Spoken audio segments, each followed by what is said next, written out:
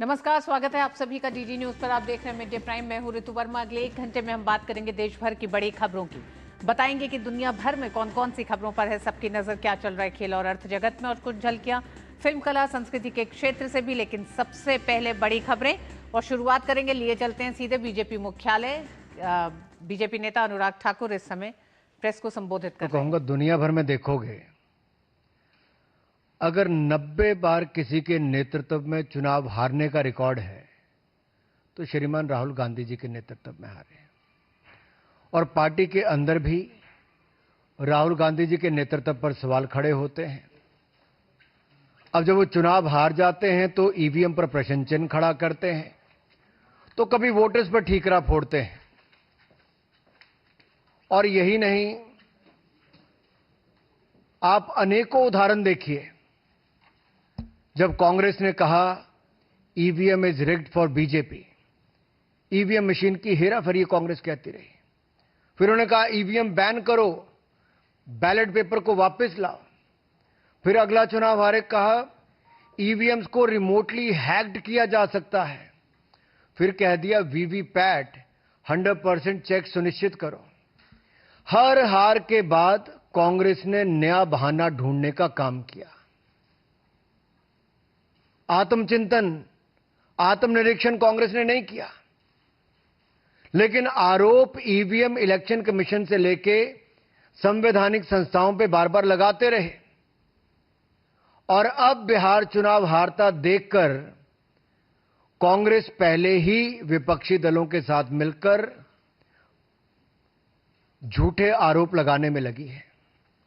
कल कुछ कांग्रेस के लोग कह रहे थे राहुल गांधी जी और विपक्ष के नेताओं ने बवंडर खड़ा किया।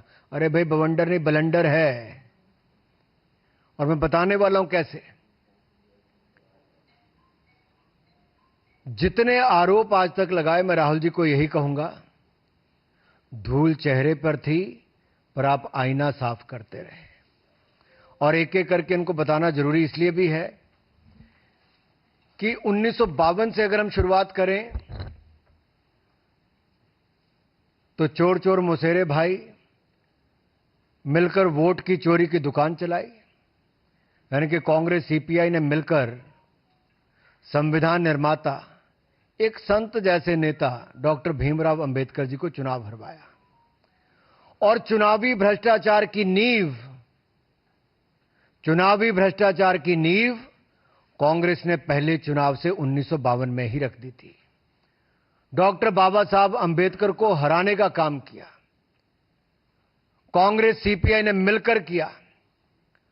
और आप रिकॉर्ड चेक करिए, 74,333 वोट खारिज किए गए, जबकि डॉक्टर भीमराव अंबेडकर जी मात्र 14,561 वोट से हारे थे।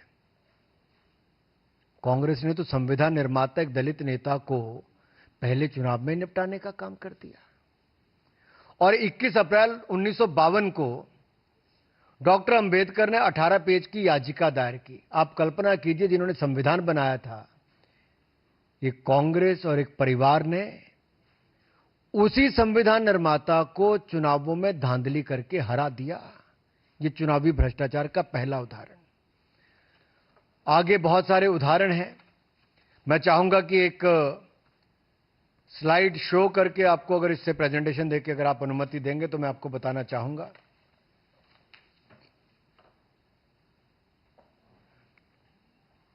अगर आप पहली स्लाइड पर देखें तो बहुत स्पष्ट दिखता है कि 1952 में, जो मैंने अंबेडकर जी का उदाहरण दिया, 1957 में बूथ कैप्चरिंग करके कांग्रेस ने काम किया। 1967 में कांग्रेस ने जेएंडके में, जम्मू कश्मीर में पूरी तरह से, एक तरह से रिगिंग करके विरोधियों के नॉमिनेशन तक खत्म करवा के ये सब कार्य कर दिए। और सरदार पटेल पे तो आज मैं क्या कहूं, वो तो कांग्रेस ने अंदर ही अंदर उनके साथ जो किया, नहीं तो सरदार पटेल शायद पहले प्रधानमंत्री होते।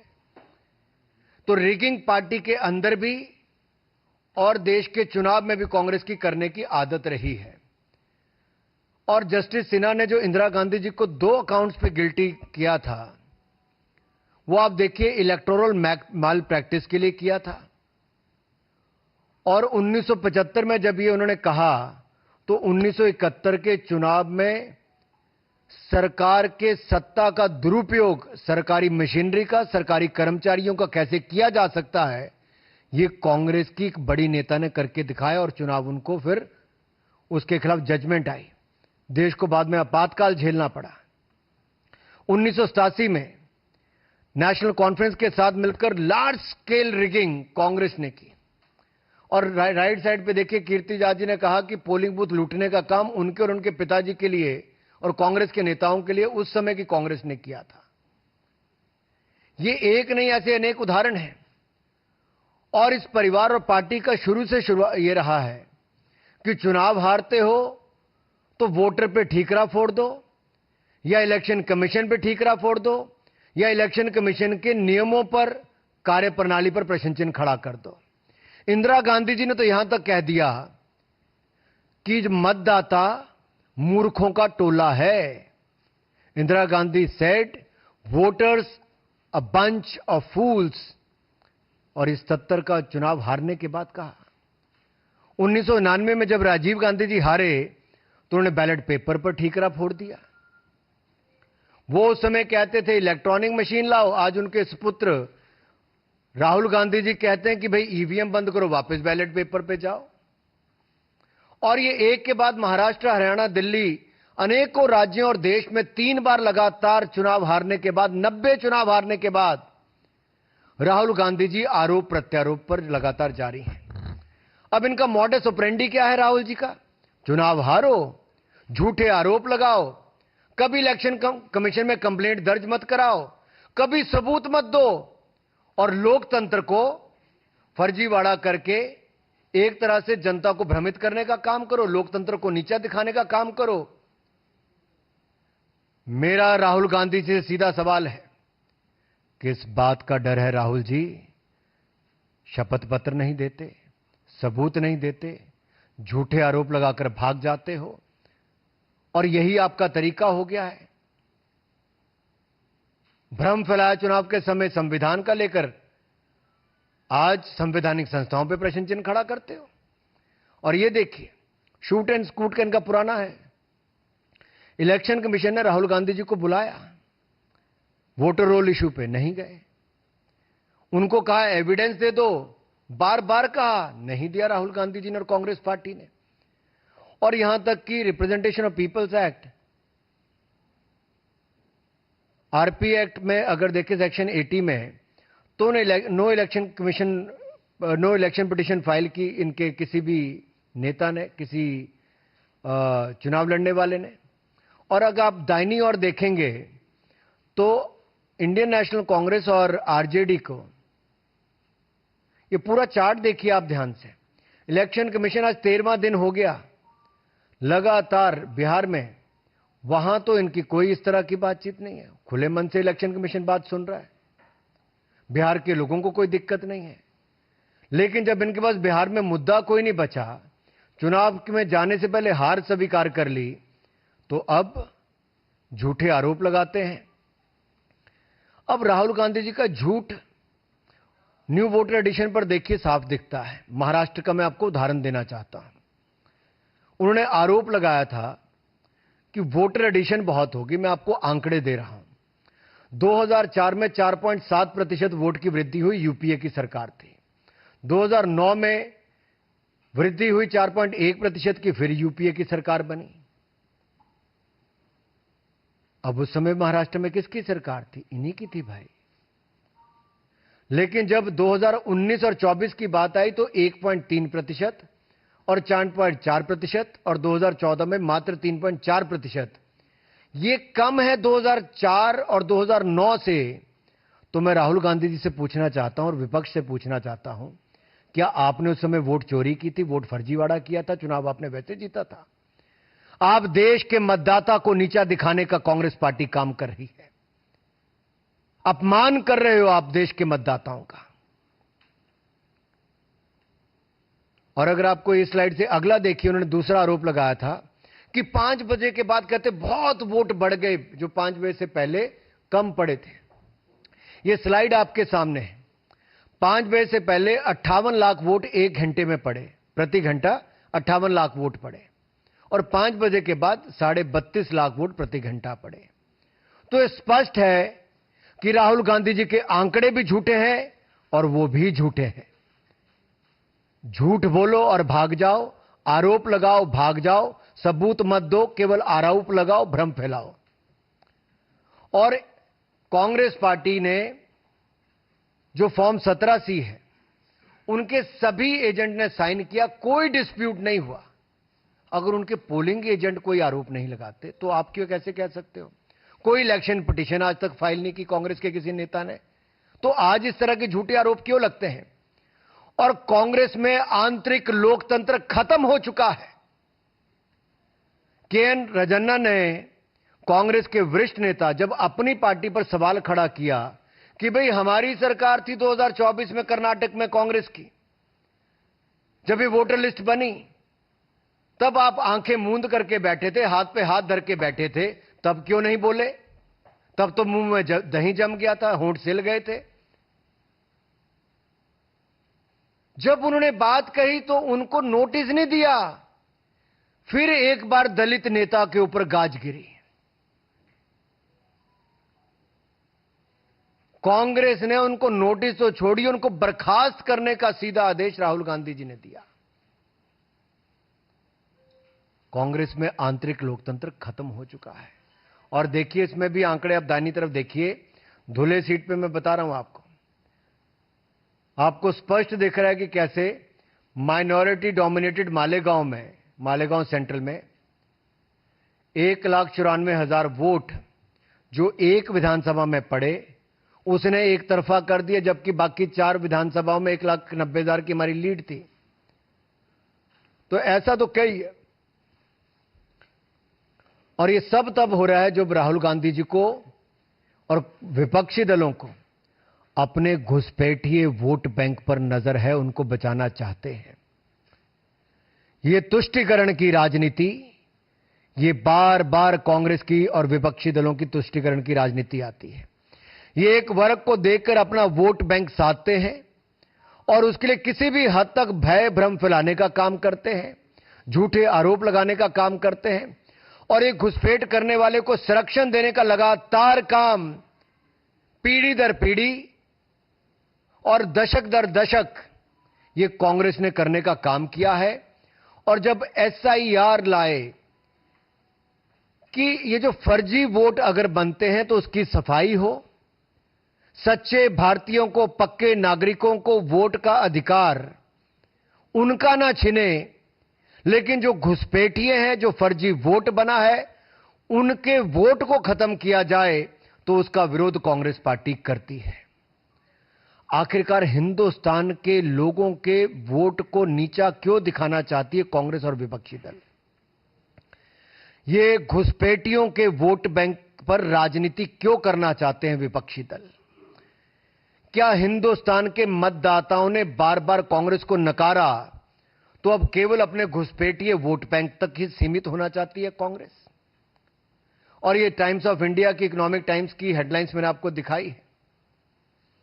अगर आप अगले में देखेंगे, मैं तो आपको 5 पैटर्न बता रहा हूं कैसे घुसपैठिए वोट बैंक पर जो डुप्लीकेट वोट है, फेक एड्रेस है, फेक रिलेटिव है, मैनिपुलेटेड एज कहें या गलत एज छप गया, और मास वोटर एडिशन जो है, मैं उस पर आपको एक उदाहरण देता हूं।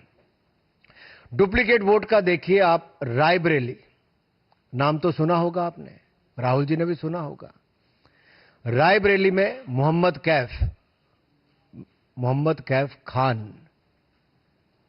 बूथ नंबर 83, 151, 218, सब जगह इनका नाम है, नाम सेम है, बस बाप का नाम भी सेम है, लेकिन वोट 3 पोलिंग बूथों पे बना हुआ है, 83, 151, 218 में।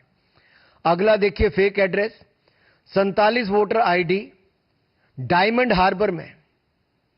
अभिषेक बनर्जी जी, डायमंड हार्बर में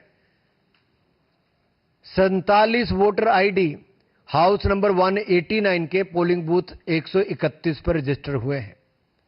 ये रायबरेली में हुए हैं जो 47 वोटर आईडी, और डायमंड हार्बर में मल्टीपल रिलीजन के एक ही घर नंबर 0011 पे बूथ नंबर 103 पे फाल्टा असेंबली में डायमंड हार्बर जो लोकसभा है वहां पे रजिस्टर हुए। और नाम भी अगर आप पढ़ेंगे तो अगर रायबरेली के पढ़ूं तो मोहम्मद इस्लाम है, मोहम्मद इरफान है, मोहम्मद कासिम है, फिर साफिया मोहम्मद कासिम है, फकरून निहा है, मोहम्मद कबीर है, श्रीमती फरीदा बानो है, शकील अंसारी है, मोहम्मद अयूब है, सबनम है। ये सारे नाम रायबरेली के हैं। राहुल जी को कभी ये नाम नहीं दिखे, सोनिया जी को कभी ये नाम नहीं दिखे कि 47 वोटर आईडी एक ही घर पे कैसे आए। राहुल जी, आप तो कई सालों से वहां पे वोट मांग रहे हो। अगले पे देखिए, फेक रिलेटिव की आप बात करते हैं।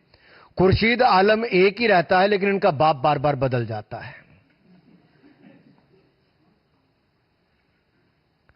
खुर्शीद आलम वही रहते, बाप बदल जाता है भाई वोटर लिस्ट में।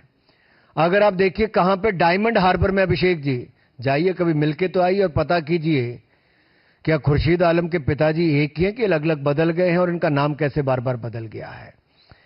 और यही नहीं, जो आप ज्यादा उम्र के वोटर्स की बात करते हैं तो कैसे निलंबर में, वायनाड में, और वायनाड में तो मुझे भाई साहब श्रीमान राहुल गांधी जी 2 बार चुनाव लड़े, श्रीमती प्रियंका गांधी जी 1 बार चुनाव लड़ी। तो दोनों से मैं पूछता हूं, ये जो नए वोटर की एडिशन हुई है 102, 101 साल, 99 साल, ये नए वोटर है। तो आपने तो 3 बार वोट ले लिया भाई। तो क्या आपने अपने बीएलए से, अपने पोलिंग बूथ एजेंट से, या आपने वोट मांगे, आपने कभी नहीं देखा? तो कैसे हुआ ये? और आगे देखिए, मास वोटर एडिशन की बात करूं, 301/1724 में से 301 बूथ में डायमंड हार्बर में 15% वृद्धि हुई है पिछले 4 सालों में, और सारे टीएमसी ने जीते हैं। वे बल्क एडिशन है भाई। फाल्टा में 17, डायमंड हार्बर में 35, बिष्णुपुर में 92, महसताला में 89, बजबज में 32। अभिषेक बनर्जी जी कहां हो आप? देखिए क्या हो रहा डायमंड हार्बर में, चेक करिए। वहां पे सरकार भी आपकी है, बीएलओ भी आपके हैं, बीएलए भी आपके हैं। तो क्या आप चुनाव इसीलिए जीत रहे हो? ये जो फर्जी वोट एडिशन के आपके अनुसार हो रही है। और जब कांग्रेस ऐसे वोट चोरी के झूठे आरोप लगाती है तो इसके पीछे कांग्रेस का गेम प्लान नजर आता है, जो घुसपैठिया वोट बैंक। एकमात्र कांग्रेस का इसके पीछे एजेंडा है, घुसपैठिया वोट बैंक को बचाना कैसे है, एक वर्ग के वोट बैंक के लिए कैसे लड़ाई लड़नी है, राष्ट्र की सुरक्षा के साथ कैसे खिलवाड़ करना है, और सच्चे पक्के भारतीयों के वोट को नीचा कैसे दिखानी, ये राहुल गांधी जी और विपक्ष का आज का एजेंडा है। और मैं आपको आगे ये 6 चेहरे आप देख लीजिए, इनके लोकसभा के नाम देख लीजिए। वायनाड, रायबरेली, डायमंड हार्बर, कन्नौज, मैनपुरी, कोलाथुर विधानसभा, 5 लोकसभा 1 विधानसभा। अब इनमें देखिए किया क्या है। वायनाड में 93,499 डाउटफुल वोटर हैं, जिनमें से 20,438 डुप्लीकेट वोटर हैं, 17,450 फेक एड्रेस के साथ हैं, 4,246 मिक्स्ड हाउस होल्ड है, और 51,365 वोटर मास एडिशन में हुए।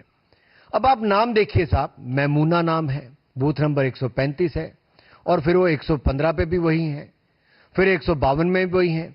विधानसभा 1 है इरानाड, लेकिन पोलिंग बूथ 135, 115, 152 में मैमूना बार बार वोटर बन जाती है, लेकिन राहुल जी प्रियंका जी को पता नहीं चलता क्योंकि उनको चुनाव जिताती हैं। और यही नहीं, 17,450 फेक एड्रेस, इसके उदाहरण आपके सामने। 52 वोटर आईडी एक ही घर पे 52 नंबर पोलिंग बूथ पे वंडूर असेंबली में हुए। राहुल जी आप क्या कर रहे थे, प्रियंका जी आप क्या कर रही थी, आपके बीएलए क्या कर रहे थे? फिर 4,246 वोटर मिक्स हाउस होल्ड के साथ, ये वलिकमट्टुमल बूथ नंबर 24 में तिरुवंबडी असेंबली में हुए, और ये एक ही हाउस नंबर चंदौरी में पोलिंग बूथ नंबर 41 पे कलपट्टा असेंबली में हुए। मल्टीपल रिलीजन के लोग हैं भाई, कैसे हो गए। फिर लिली कुट्टी, इनका आप देखिए, उम्र है 102, कमलम्मा की उम्र है 101, पारू की उम्र है 101, और ये नए वोटर के रूप में ऐड हो गए। तो राहुल जी, प्रियंका जी, आप क्या कर रहे थे। 51,365 वोटर मास एडिशन हुई अन्नम्मा के नाम से 99 साल की उम्र में, थेरेसी अम्मा की 99 ईयर्स की उम्र में, खादीजा की 99 ईयर्स की उम्र में। तो ये कैसे हुआ। और केरला, जहां बार बार आरोप लगता है इस तरह के कारनामों का, तो क्या राहुल जी, अमेठी में हार के बाद वायनाड आप इसीलिए गए थे कि वहां फर्जीवाड़ा आपके लोगों ने आपको चुनाव जिताने के लिए किया था। ये डुप्लीकेट रजिस्ट्रेशन कराने का काम क्या आपके लोगों ने किया था। और यूडीएफ एलडीएफ ने जो इस्लामिक रेडिकलाइजेशन का काम किया है और जिसको भारतीय जनता पार्टी वहां पे बार बार चुनौती देती है, और आप वहां पे फर्जी वोट क्या बनाने का काम करते हो आप लोग। प्रियंका जी, अब तो आपको गिफ्ट दिए, गिफ्ट तो नहीं मैं बोलूंगा, लेकिन राहुल जी ने सीट छोड़ी तो आपको चुनाव लड़ने का मौका वहां पे मिला। तो क्या आप वहां से इस्तीफा दोगे। जो कल से विपक्ष कहता है इस्तीफा दो, तो क्या ये इस्तीफा देंगे। क्या राहुल जी इस्तीफा देंगे। रायबरेली में 2,99,000 डाउटफुल वोटर्स, ये देखिए कैसे हैं। इसी में Mohammad Kaif Khan 83 number polling booth पे भी है, 151 पे भी है, 218 पे भी है। और आगे देखिए 71,977 ये फेक एड्रेस है। 47 वोटर आईडी एक ही घर हाउस नंबर 189 में 131 नंबर पोलिंग बूथ पे रायबरेली में बने हैं। 31 वोटर आईडी हाउस नंबर 86 पे बने हैं हरचांदपुर में। तो राहुल जी कैसे बन गए, जवाब दीजिए। 15,853 वोट अब ये बने हैं कहां पे, हाउस नंबर 7 में, फिर हाउस नंबर 4 में बने हैं, पोलिंग बूथ नंबर 292 232 में बने हैं। फिर अगला देखिए 92,747 नए वोटर्स की एडिशन हुई, मास एडिशन हुई। आप नाम सुनिए, आपको पता चल जाएगा क्या हुआ है।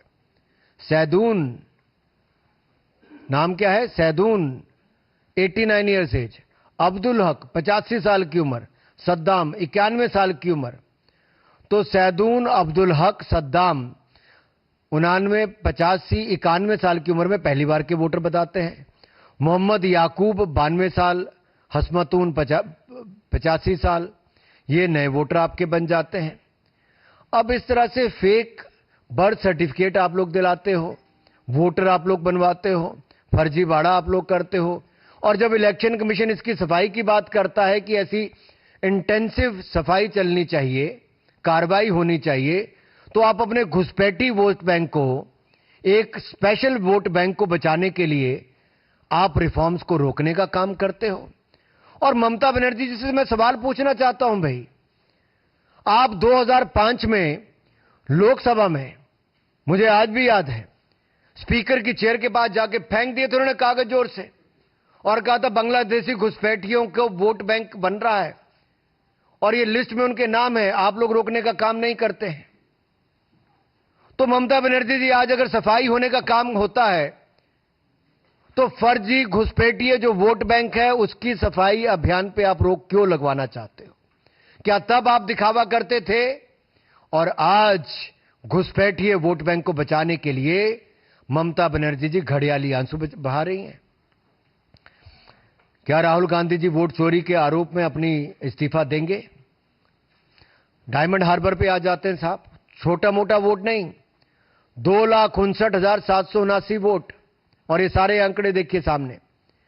अब डुप्लीकेट वोट कौन है, जाकिर हुसैन मोला, साबिद अली मोला, मौला ही मौला है, कोई जाकिर है, कोई साबिद अली है, कोई शबाना खातून है, और शाबिदा खातून तो एक नहीं, अभिषेक जी की कृपा से अभिषेक जी की कृपा से कहां कहां पहुंच गए सारे? एक सेकंड, ज्यादा आगे चले गए भाई।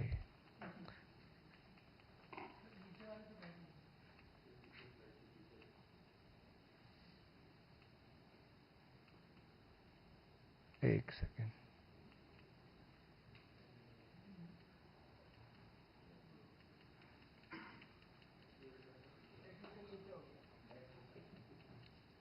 पश्चिम बंगाल की बात आई तो पहुंच गए ठीक जगह। तो वापस आते हैं अभिषेक जी के जगह पे, और डायमंड हार्बर में देखिए काम कैसे है। जाकिर हुसैन मौला, सुबेद अली मौला, शबाना खातून, तीन तीन जगह इनके वोट बन गए साहब। Polling station 152, polling station 50, polling station 86 और 28 वोटर आईडी एक ही घर पे हाउस नंबर 1 पे बने, 265 नंबर पोलिंग बूथ पे, डायमंड हार्बर असेंबली कॉन्स्टिट्यूंसी में। नाम आपके सामने है, सब पता चल रहा है कौन नाम है, क्या पृष्ठभूमि है।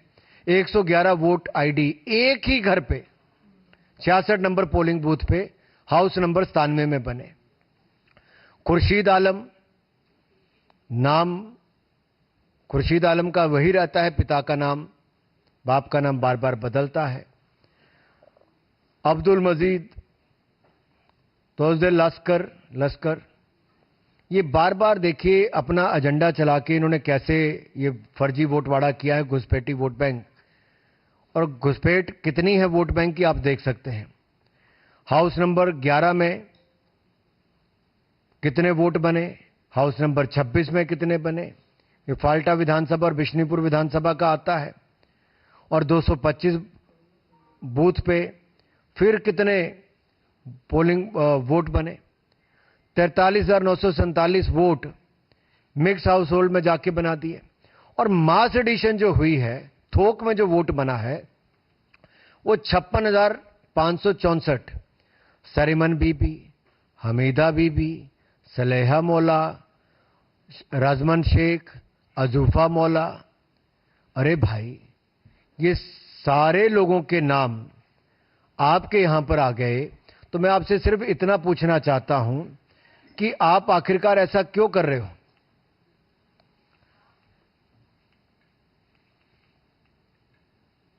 क्या अभिषेक जी ये घुसपैठी वोट बैंक के बारे में जवाब देंगे? क्या वो अपना इस्तीफा देंगे, डायमंड हार्बर से इस्तीफा देंगे? मेरा सवाल केवल उनसे इतना ही है। अब अगर मैं बात करूं अखिलेश जी की, तो अखिलेश जी के भी यहां पर काफी 2,91,798 डाउटफुल वोटर हैं। कितने? अखिलेश जी के यहां पे 2,91,798 डाउटफुल वोटर हैं। और अखिलेश जी चुनाव कितने वोट से जीते?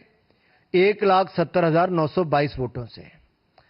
अब साहब इसमें देखिए बड़ी मजेदार बात है कि अकील का वोट यहां पे नजर आपको आ रहा है, राजू पिता का नाम मुल्ला, उनका वोट नजर आता है। और ये एक नहीं दो दो जगह नजर आता है। एक जगह अकील पिता का नाम खलील, आयु भी सेम रखते हैं, लेकिन वोट बार बार बनता है, डुप्लीकेट होकर बनता है। इसी तरह से फेक एड्रेस के साथ 1,53,919 वोट बनते हैं, जिनमें से एक उदाहरण मैं आपको दे रहा हूं कि 79 वोट एक ही आईडी पे 79 वोटर आईडी बनती है हाउस नंबर 244 पे, 185 नंबर पोलिंग बूथ पे कन्नौज में। और कन्नौज आप जानते हैं किसके इलाका है। दूसरा आप देखिए हाउस नंबर 187 में पोलिंग बूथ नंबर 150 पे कितने ही वोट बन गए। और उससे अगले देखिए चबरामऊ में हाउस नंबर 7 में 484 नंबर बूथ पे कितने पोलिंग बूथ बन गए। सब फर्जीवाड़ा ऐसे किया है। फिर मास एडिशन जो हुई उसमें आपको नाम सुन के और एडिशन सुन के अपने आप पता चल जाएगा। रोजी बेगम 120 साल उम्र, मुफीद 107 उम्र। कहां पे? रसूलाबाद में, कन्नौज में। अब कल एक टी शर्ट पहन के तो आए थे, क्या इनकी टी शर्ट भी पहन के आएंगे ये लोग? क्या अखिलेश जी भी वोट चोरी के जुर्म में इस्तीफा देंगे? डिंपल जी की भी कहानी इसी तरह की है। 2,55,914 डाउटफुल वोटर हैं, जिनमें से 2,21,639 वोट से वो जीती है। तो क्या इनको भी इस्तीफा देना है? इनके भी वोटर देखिए, मास एडिशन में नाम क्या है? सबरी बेगम, हमदीन बेगम, शाह मोहम्मद। उम्र कितनी है? 78 साल, 78 साल, 81 साल। मोहम्मद शाहबाज, नूर मोहम्मद रहमानी, निसार बानो, 79 साल उम्र, 83 साल उम्र, 84 साल उम्र। अब डिंपल जी से मेरा सवाल यह है, क्या वो भी इस्तीफा देंगी? और कोलत्तूर में 19,476 डाउटफुल वोटर हैं स्टालिन जी के यहां पे। और आप देखिए 9,133 वोटर फेक एड्रेस पे कैसे बने हैं।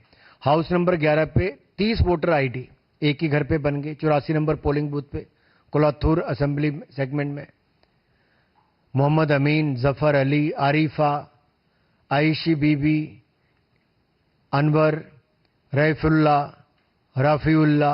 रफीउल्ला, ये 3-3 नाम, रफीउल्ला के 3-3 वोटर आईडी बन गए भाई। स्टालिन जी कहां हो? Mister Stalin, my question to you is, how Rafiullah name appears 3 times on polling booth number 157. Is it a mistake or is it done purposefully? And similarly, such more examples are given here. अब अगर आप ये headlines को देखेंगे तो घुसपैठिए vote bank को बचाने के लिए राहुल गांधी जी एसआईआर पर प्रश्न चिन्ह खड़ा करते हैं, स्टालिन जी एसआईआर पर प्रश्न चिन्ह खड़ा करते हैं, सोनिया जी, प्रियंका जी प्रश्न चिन्ह खड़ा करते हैं, अखिलेश जी प्रश्न चिन्ह खड़ा करते हैं। लेकिन आज बड़ा प्रश्न चिन्ह अभिषेक जी हों, राहुल जी हों, प्रियंका जी हों, सोनिया जी हों, स्टालिन जी हों, अखिलेश जी हों, इन सबके लोकसभा से विधानसभा क्षेत्रों में जो वोटों का फर्जीवाड़ा और जो मल्टीपल वोट बनाए हैं, वो अपने आप में दिखता है कि इसके पीछे खेल केवल अपने घुसपैठी वोट बैंक को बचाने के लिए है। मैं आपसे इतना ही कहूंगा, महाराष्ट्र में भी मैं आपको उदाहरण मैंने दिया था। महाराष्ट्र में यूपीए के टाइम पे वोट ज्यादा ऐड हुआ, हमारे टाइम पे कम हुआ।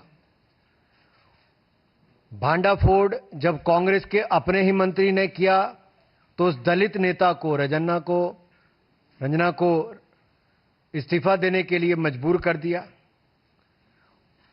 फेक रिलेटिव्स का खेल अभिषेक जी के लोकसभा क्षेत्र में साफ देखने को मिला। अब तो यही लगता है विपक्ष के इस शोर को देख के कि चोर मचाए शोर। और मैं एक बात जरूर कहूंगा, वायनाड से लेकर रायबरेली से लेकर डायमंड हार्बर हो या अखिलेश जी का लोकसभा क्षेत्र हो, हर जगह यह सवाल खड़ा होता है कि इन्होंने फर्जी वोट क्यों बनने दिए, आखिरकार इन्होंने ये काम क्यों किए, क्या ये वोट की चोरी और घुसपैठियों को जो संरक्षण है इसको देखते हुए अपना इस्तीफा देंगे? तो मेरा उनसे सवाल है, अखिलेश जी, राहुल जी, प्रियंका जी, ये कब इस्तीफा देंगे? और प्रोपेगेंडा किंग तो आपको पता ही है कौन है, जो हर बार भय और भ्रम फैलाने का काम करते हैं। और प्रोपेगेंडा किंग के लिए कोई नई बात नहीं है। चुनाव से पहले वो संविधान के बारे में भ्रम फैलाते हैं, झूठ फैलाते हैं, लोगों में प्रोपेगेंडा फैलाते हैं, और चुनाव हार जाने के बाद फिर खिसक जाते हैं, विदेश यात्रा पर चले जाते हैं। और मैं राहुल जी से कहूंगा, प्रोपेगेंडा फैलाने की बजाय अपना एजेंडा बिहार चुनाव के लिए कोई तय करें, आत्म निरीक्षण करें, आत्मचिंतन करें। और जो देश की जनता ने मोदी जी को बार बार जिताया, भारतीय जनता पार्टी को बार बार जिताया, देश की जनता को गाली देना बंद करें, देश की जनता के वोट का अपमान बंद करें। और ये जो आपका एजेंडा भारत के लोकतंत्र को कमजोर करने का है, भारत की संवैधानिक संस्थाओं पर प्रश्न चिन्ह खड़ा करने का है, भारत की संविधान संस्थाओं को खत्म करने का आपकी एक शुरुआत जो आपका एजेंडा चल रहा है, आप इस एजेंडा और प्रोपेगेंडा को खत्म कीजिए। आप कोई बवंडर नहीं मचा पाएंगे, आप ब्लंडर पर ब्लंडर ही करते जाएंगे। धन्यवाद। मित्रों, प्रश्न सादर आमंत्रित है Devendra Parashar, India TV.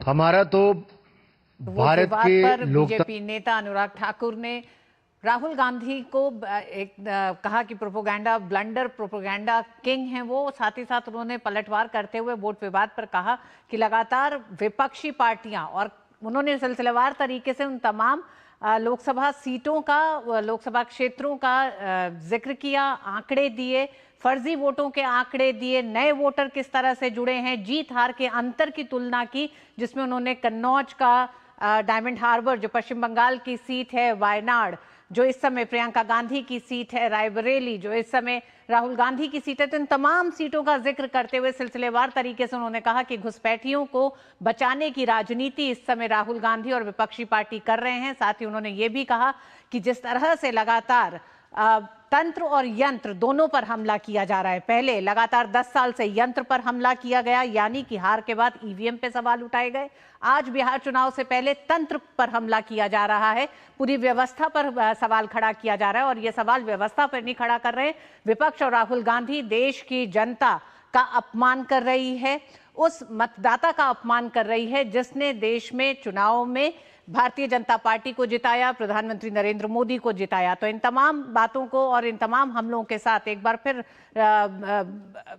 BJP नेता ने कहा है कि किस तरह से राहुल गांधी लगातार जनादेश का अपमान कर रहे हैं, जनता का अपमान कर रहे हैं, संवैधानिक संस्थाओं का अपमान कर रहे हैं। और कांग्रेस का ये इतिहास रहा है, जिक्र 1952 के बाबा साहब अंबेडकर की हार में किस तरह से सुनियोजित तरीके से उनको हराया गया था, वहां से लेकर इंदिरा गांधी के चुनाव में हार को लेकर और अभी तक की जो सारी धांधली है उसका जिक्र करते हुए अनुराग ठाकुर का कहना है कि ये घुसपैठियों को बचाने की पूरी राजनीति है, जिसे लेकर इस समय एक झूठ का प्रचार कर रहे हैं राहुल गांधी। वक्त एक छोटे से ब्रेक का।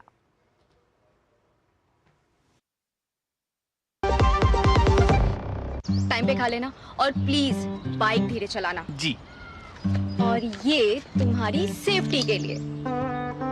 अरे एक बात तो रह गई। LIC? ये हमारी सेफ्टी के लिए। दिल की सुनो, LIC चुनो। LIC हर पल आपके साथ। फॉरेक्स ट्रेडिंग अभी एक ट्रेड में सिक्सर। प्रसिद्ध, पहले सेफ्टी वरना क्लीन बोल्ड। अनऑथराइज प्लेटफॉर्म पे फॉरेक्स ट्रेडिंग यानी नुकसान, धोखाधड़ी और कानूनी कार्रवाई का डर, मतलब नुकसान की हैट्रिक। इसीलिए RBI वेबसाइट पर जाएं, ऑथराइज्ड लिस्ट जांचें। RBI कहता है जानकार बनिए, सतर्क रहिए। और बिहार विधानसभा चुनाव से पहले SIR मामले में दिल्ली से लेकर पटना तक सियासी घमासान मचा हुआ है। इस सियासी खींचतान के बीच सुप्रीम कोर्ट में SIR को लेकर सुनवाई आज भी जारी है। याचिकाकर्ता की तरफ से अभिषेक मनु सिंघवी ने दलील रखी। सिंघवी ने कहा, असम में चुनाव आयोग की ऐसी कार्रवाई से प्रभावित व्यक्ति फॉरेन ट्रिब्यूनल जा सकता है। बिहार में आयोग अगर किसी को नागरिक नहीं मानता है तो अपील के लिए ऐसा कोई ट्रिब्यूनल नहीं है। इस पर जस्टिस सूर्यकांत ने कहा कि प्रभावित व्यक्ति हाई कोर्ट जा सकता है। वहीं जस्टिस बागची ने अभिषेक मनु सिंघवी से कहा कि आधार को लेकर हम आपकी दलील समझ रहे हैं, लेकिन आप नागरिकता सुनिश्चित करने के लिए मान्य दस्तावेजों की लिस्ट देखें तो ये वोटर के लिए सुविधाजनक दिखता है। जस्टिस सूर्यकांत ने कहा कि अगर आयोग सभी 11 दस्तावेज मांग रहा होता तो हम SIR को वोटर के खिलाफ मान सकते थे, लेकिन अगर किसी एक दस्तावेज को भी स्वीकार किया जा रहा है तो क्या ऐसा कह सकते हैं। लंच के बाद 2 बजे से फिर सुनवाई जारी रहेगी। बिहार SIR पर सुप्रीम कोर्ट की बड़ी सुनवाई जारी है। कल भी ये सुनवाई हुई और आज भी चल रही है। दोनों ही पक्ष अपनी दलीलें रख रहे हैं। हालांकि अभिषेक मनु सिंघवी ने कई ऐसी दलीलें रखी जिसमें उनका कहना है कि दस्तावेजों को लेकर लगातार विपक्ष और ये तमाम वकील कोर्ट में सवाल उठा रहे हैं कि दस्तावेजों का जो चुनाव किया गया है, जिन दस्तावेजों के साथ एसआईआर की पूरी एक तरह से प्रक्रिया पूरी हुई है, उसको लेकर सवाल उठाए जा रहे हैं। हालांकि कोर्ट का ये मानना है कि दस्तावेजों का चुनाव करना चुनाव आयोग का ये अपना अधिकार है और उसको लेकर अभी तक सुप्रीम कोर्ट ने किसी तरह का कोई सवाल नहीं उठाया है। हालांकि लगातार हम देख रहे हैं पिछली सुनवाई और कल और आज की सुनवाई में भी दोनों ही पक्ष अपनी दलीलें रख रहे हैं। विकास सारथी इस खबर पर अधिक जानकारी के साथ हमारे साथ जुड़ गए हैं। विकास, सबसे पहले तो यही जानना चाहेंगे कि अब 2 बजे के बाद आगे सुनवाई जारी रहेगी, लेकिन सुबह से और कल तक में क्या बड़ी दलीलें सामने आई हैं? दोनों पक्ष अपने आप को किस तरह से मजबूती से रख रहे हैं?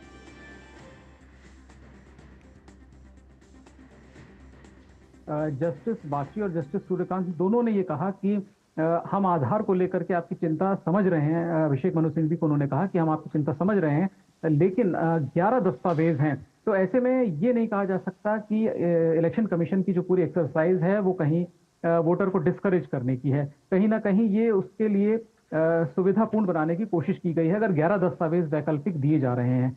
दूसरा, यहाँ पर ये कहा गया है कोर्ट की तरफ से कि आपकी जो आपत्तियां हैं बाकी दस्तावेज को लेकर के आप उनको रखिए।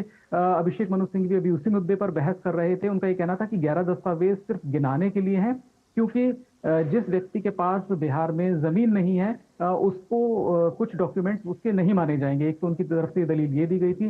दूसरा, उन्होंने कहा कि पासपोर्ट की बात की जा रही है। हम जानते हैं कि बिहार में पासपोर्ट का जो मौजूदगी है, जो डिस्ट्रीब्यूशन है, वो बहुत कम है, यानी वो 2-2.5% केवल लोगों के पास पासपोर्ट है।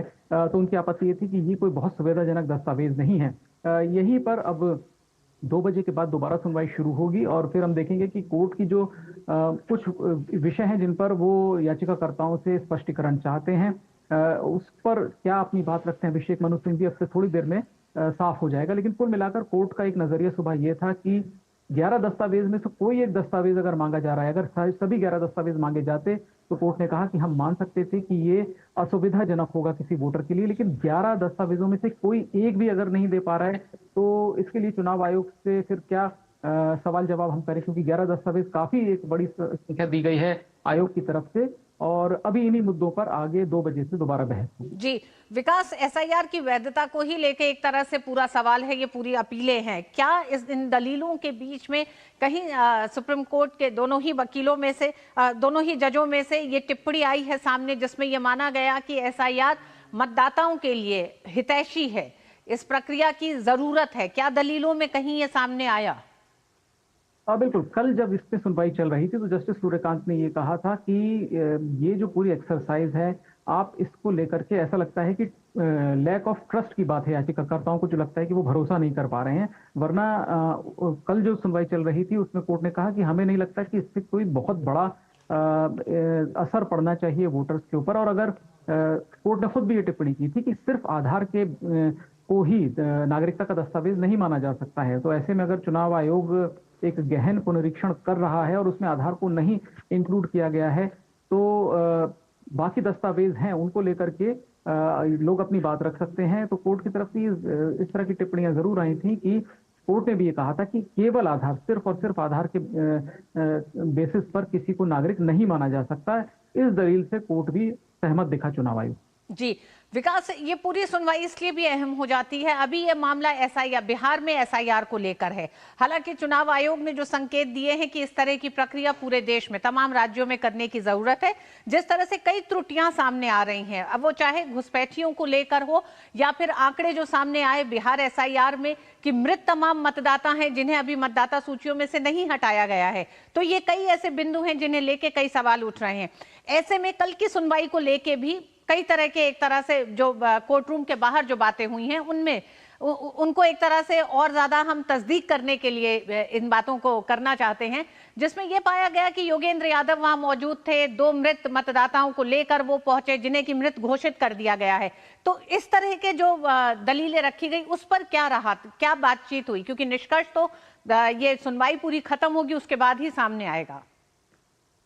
बिल्कुल, देखिए चुनाव आयोग के जो वकील थे उन्होंने ये कहा कि उन्होंने पहली बात इस बात को पूरी तरह से अस्वीकार नहीं किया कि ऐसा हुआ है। उन्होंने कहा कि एक बहुत बड़ी एक्सरसाइज है बीएलओ जो हैं वो इसके लिए जिम्मेदार हैं। कई बार वो लापरवाही करते हैं। ऐसे लोगों की लापरवाही से अगर कोई प्रभावित हो रहा है तो उसके पास एक मौका है कि वो अपील करे, वो उस आदेश को चुनौती दे। लेकिन कोर्ट रूम में जब लाया गया इन लोगों को, 2 लोगों को योगेंद्र यादव ने आगे किया कि इनको मृतक घोषित कर दिया गया है, तो कोर्ट ने भी इस पर बहुत कम संजीदगी से कोई बात नहीं की। कोर्ट ने कहा कि एक बड़ी एक्सरसाइज है, ऐसा हो सकता है कि कुछ लोगों के नाम इंक्लूड ना हो पाए।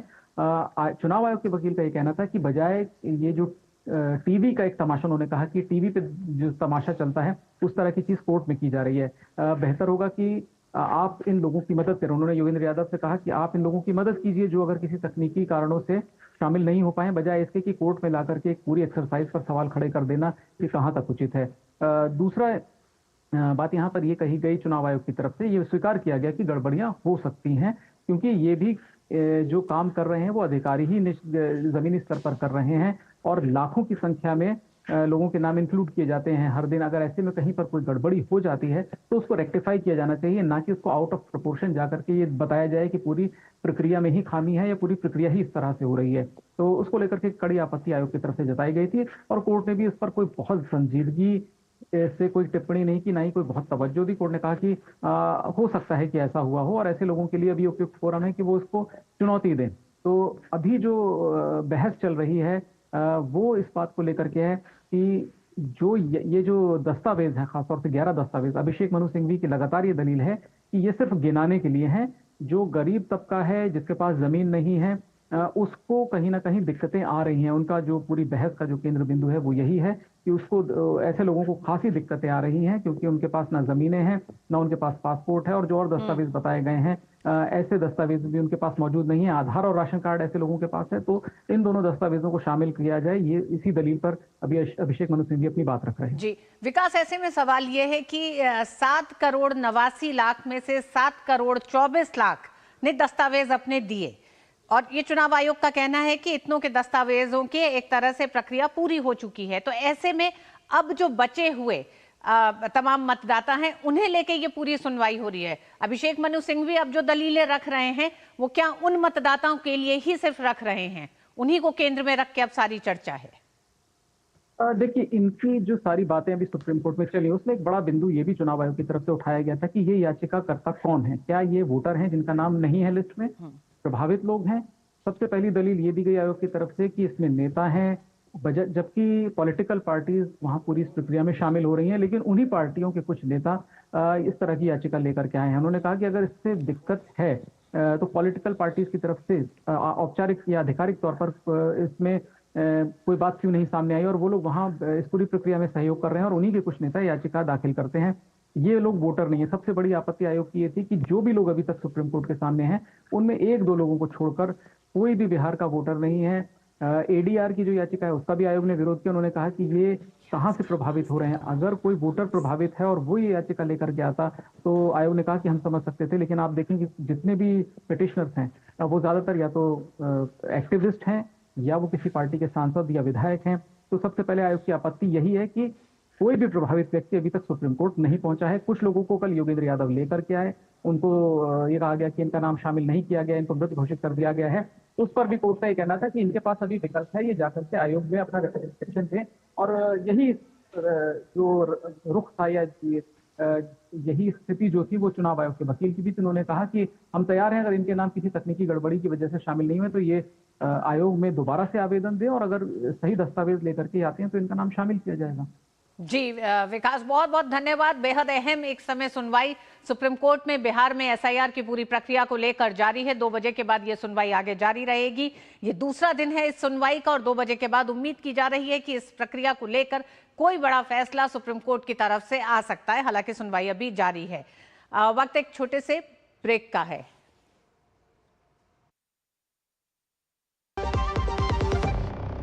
पता है, I was a bright student. कुछ करना चाहती थी, कुछ बनना चाहती थी। आप अपना खुद का स्टार्ट कीजिए ना, खुद का बिजनेस। पर उसमें पैसे तो बहुत लगेंगे ना। Zero investment. Zero investment? हाँ, आई एम डूइंग इट। मैं एक principal madam, she is my client. मैं LIC एजेंट हूँ। LIC एजेंट बनो, अब बड़ा सोचो। हमारी वेबसाइट पर जाएं या अपनी नजदीकी LIC शाखा से संपर्क करें। बिहार के उप मुख्यमंत्री विजय कुमार सिन्हा ने 2 वोटर ID कार्ड को लेकर चुनाव आयोग को अपना जवाब दे दिया है। विजय कुमार सिन्हा ने बताया कि वोटर लिस्ट से नाम और एपिक नंबर पटना से हटा दिया गया है। साथ ही उन्होंने डिग्री को लेकर तेजस्वी यादव द्वारा लगाए गए आरोप पर कहा है कि या तो तेजस्वी माफी मांगे या कानूनी नोटिस के लिए तैयार रहें।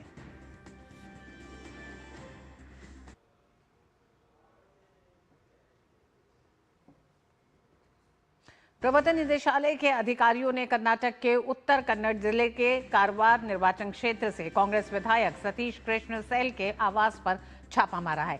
ये छापे कर्नाटक, गोवा और मुंबई में मारे जा रहे हैं। आरोप है कि लौह अयस्क का अवैध खनन कर विदेश भेजा गया, जिससे कि सरकार को 38 करोड़ का नुकसान हुआ। लेकिन ईडी का मानना है कि ये नुकसान कई 100 करोड़ का है। 24 से ज्यादा ईडी अधिकारियों ने घर पर मौजूद दस्तावेजों की जांच की है। विधानसभा सत्र चलने के कारण विधायक सतीश सैल और उनका परिवार बेंगलुरु में है। अवैध अयस्क तस्करी के एक मामले में जेल की सजा काट चुके विधायक सैल को मल्लिकार्जुन शिपिंग कंपनी के जरिए बेलकेरी बंदरगाह से विदेशों में अवैध अयस्क तस्करी के एक मामले में दोषी ठहराया गया था। सेवानिवृत्त लोकायुक्त न्यायमूर्ति संतोष हेगड़े के नेतृत्व वाली एक टीम की एक शिकायत के आधार पर जनप्रतिनिधियों की विशेष अदालत ने पिछले अक्टूबर में सतीश सैल को 7 साल की जेल और 44 करोड़ रुपए के जुर्माने की सजा सुनाई थी। सैल ने न्यायालय के आदेश को चुनौती देते हुए हाईकोर्ट में अपील दायर की थी। अपील पर विचार करते हुए न्यायालय ने सजा निलंबित कर दी और जमानत देते हुए जुर्माने की राशि का 25% जमा करने का निर्देश दिया था। केरल के त्रिशूर में भाजपा कार्यकर्ताओं पर हुए लाठीचार्ज के विरोध में पार्टी का प्रदर्शन जारी है। इस बीच केंद्रीय मंत्री और भाजपा सांसद सुरेश गोपी आज सुबह त्रिशूर पहुंचे। उन्होंने मंगलवार रात भाजपा माकपा झड़प में घायल हुए भाजपा कार्यकर्ताओं से मुलाकात की। सूत्रों के अनुसार मंगलवार को सीपीएम कार्यकर्ताओं के जरिए केंद्रीय मंत्री और स्थानीय सांसद सुरेश गोपी के कार्यालय के साइन बोर्ड पर कच्चा तेल फेंकने से नाराज भाजपा कार्यकर्ताओं ने सीपीएम जिला समिति कार्यालय की ओर मार्च किया था। केरल पुलिस ने सीपीएम कार्यालय से लगभग 100 मीटर पहले ही भाजपा कार्यकर्ताओं का मार्च रोक दिया, जहां मामला बिगड़ने पर पुलिस ने लाठीचार्ज कर दिया। इस लाठीचार्ज में भाजपा के कई कार्यकर्ता घायल हो गए।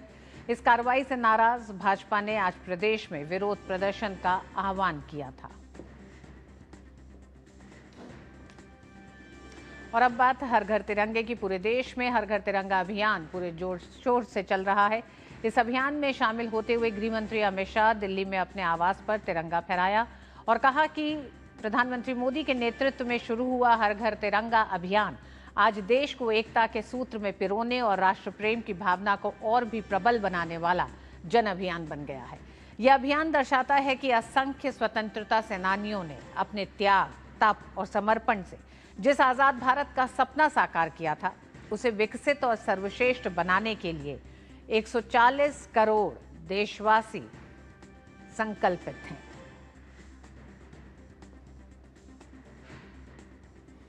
पूरे देश में हर घर तिरंगा यात्रा निकाली जा रही है। लोग बढ़ चढ़कर यात्रा में शामिल हो रहे हैं। 4 अलग अलग राज्यों की तस्वीरें आपको दिखा रहे हैं। मुख्यमंत्री अपने अपने राज्यों में हर घर तिरंगा अभियान में भी शामिल हुए हैं। आप उत्तर प्रदेश के मुख्यमंत्री योगी आदित्यनाथ को देख रहे हैं। उत्तराखंड में पुष्कर सिंह धामी ने अपने आवास पर हर घर तिरंगा की शुरुआत की। मुख्यमंत्री नायब सिंह सैनी ने हरियाणा में और भूपेंद्र पटेल ने गुजरात में मुख्यमंत्री आवास से इस यात्रा का शुभारंभ किया है। 4 राज्यों के मुख्यमंत्री को आप देख रहे हैं। उत्तराखंड के मुख्यमंत्री पुष्कर सिंह धामी हर घर तिरंगा अभियान के तहत देहरादून में और हरियाणा के मुख्यमंत्री नायब सिंह सैनी ने चंडीगढ़ में अपने आवास पर तिरंगा फहराया। वहीं गुजरात के मुख्यमंत्री भूपेंद्र पटेल ने हर घर तिरंगा अभियान के तहत गांधीनगर में अपने आवास पर तिरंगा फहराया। देश के यशस्वी प्रधानमंत्री जी ने के आह्वान पर पिछले 10 वर्षों के अंदर राष्ट्रीयता का भाव प्रगाढ़ता के साथ हर जनता हर घर तक पहुंचे। यह हर घर तिरंगा और तिरंगा यात्रा के माध्यम से हम सब देख रहे हैं। ये तिरंगा यात्रा मात्र यात्रा नहीं है, ये भारत माता के प्रति, भारतीय महापुरुषों के प्रति, अपने क्रांतिकारियों के प्रति, वीर सैनिकों के प्रति हमारी कृतज्ञता भी है। उत्तर प्रदेश के मुख्यमंत्री योगी आदित्यनाथ ने हर घर तिरंगा अभियान के तहत अपने आवास पर तिरंगे के साथ सेल्फी भी ली।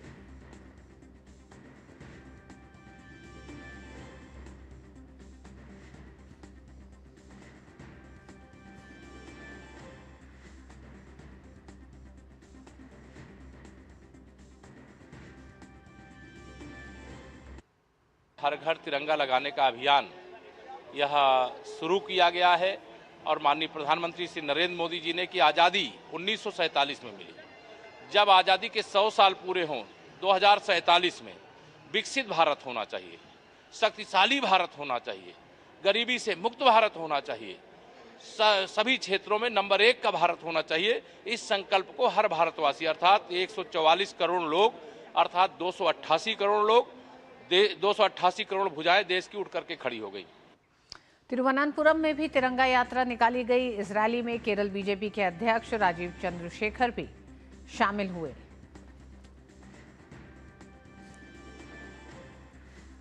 हर घर तिरंगा यात्रा का जोश हर नागरिक में दिखाई दे रहा है। देश के अलग अलग राज्यों में तमाम राज्यों के मुख्यमंत्रियों ने अपने आवास से इस यात्रा की शुरुआत की है।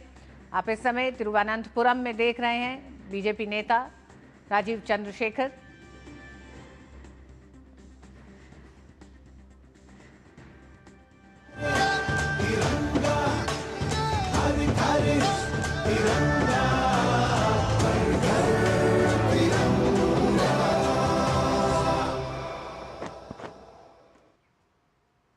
तो जुड़िए हर घर तिरंगा अभियान के साथ और याद करिए उन तमाम स्वतंत्रता सेनानियों को जिनकी बदौलत आज हम इस खुले और आज़ाद भारत में रह रहे हैं। मिड डे प्राइम में आज बस इतना ही। मुझे दीजिए अनुमति। नमस्कार।